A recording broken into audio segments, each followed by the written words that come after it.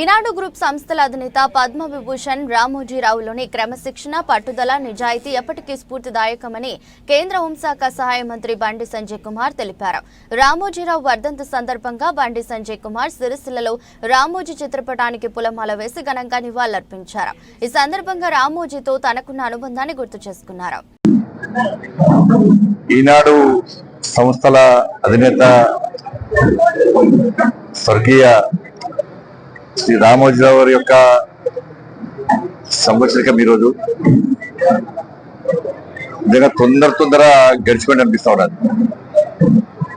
వారు లేని లోటును తీర్చలేంది.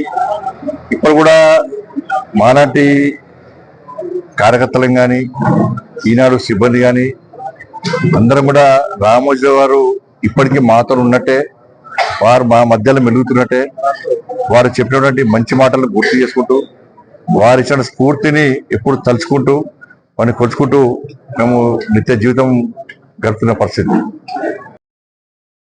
దాని తర్వాత ఎంపీగా గెలిచిన తర్వాత వారిని చాలాసార్లు కలవడం జరిగింది. ముఖ్యంగా చంద్రయాన్ కూడా వారితో కలిసి చూసేటువంటి ఒక అదృష్ట అవకాశం దొరికింది.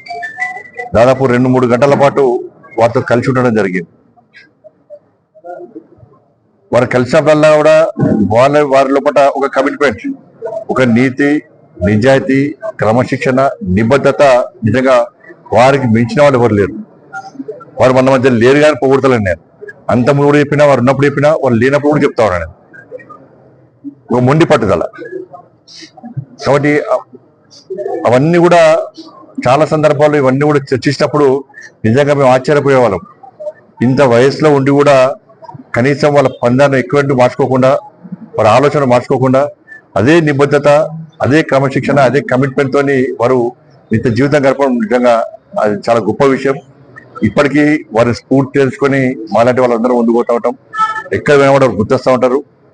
కాబట్టి ఇలా ఈనాడు సిబ్బంది కూడా వారిని స్ఫూర్తిగా తీసుకొని వారి కమిట్మెంట్ తెలుసుకొని వాళ్ళు నిత్య డ్యూటీ చేస్తూ ఉన్నారు. కాబట్టి వారు మన మధ్యలో ఉన్నా లేకుండా కూడా రాబోయే రోజుల్లో కూడా వారి నుంచి తీసుకున్నటువంటి ఆలోచనలను, వారి నుంచి నేర్చుకున్నటువంటి ఆ స్ఫూర్తులను ఎప్పుడు గుర్తు చేసుకుంటూ ముందుకు సాగుతూ ఉంటాం.